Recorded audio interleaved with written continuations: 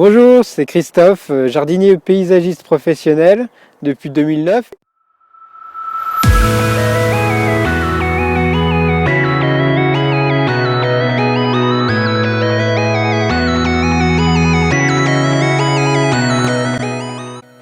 Alors on va attaquer la formation sur les solutions face à la saisonnalité du métier, que vous ayez un métier de paysagiste ou tout autre métier d'artisan.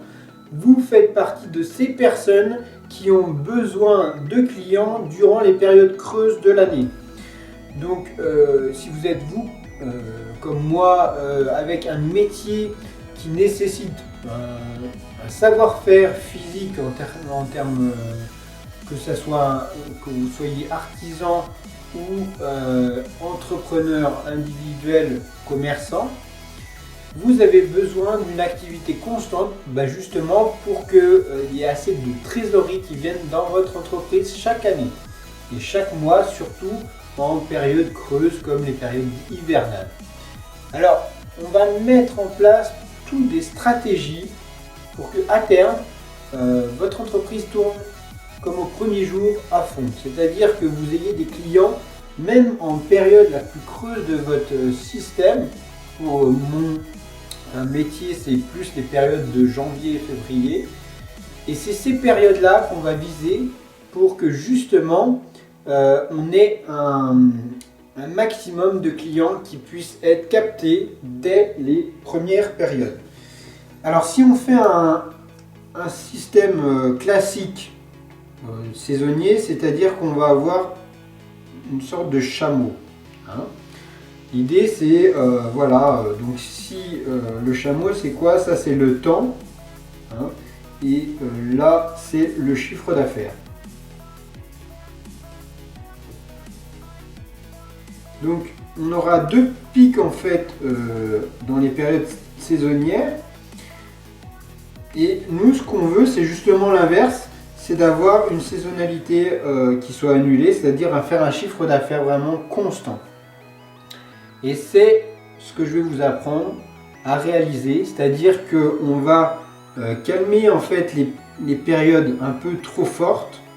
Par contre, on va vraiment augmenter les périodes vraiment creuses, si bien que vous, les bénéfices que vous en aurez, c'est non seulement vous serez plus épuisé au travail pendant les périodes de fort trafic, de fort chiffre d'affaires et de forte clientèle, et vous pourrez enfin travailler à fond aussi durant les périodes qui seront généralement creuses.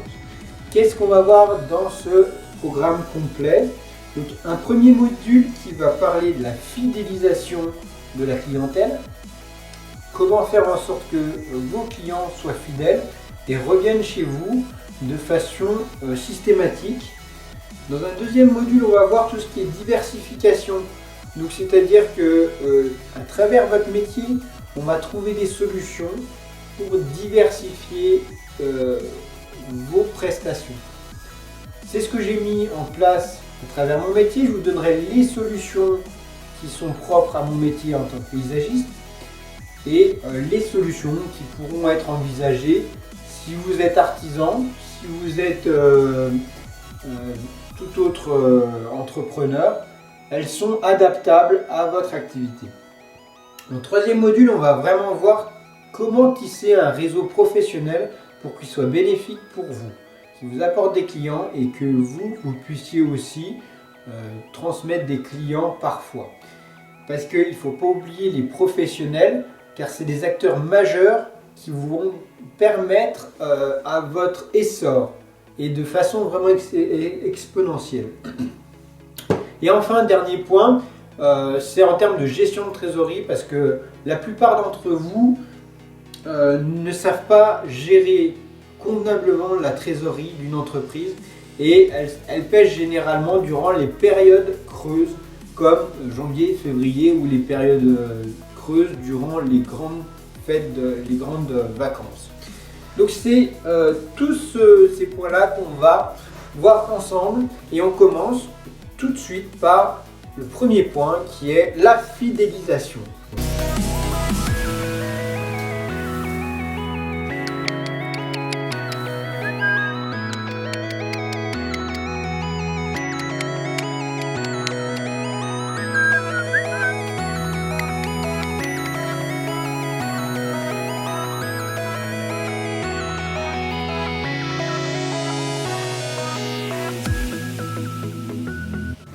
Alors, on va attaquer ce premier module qui va parler de la fidélisation des clients.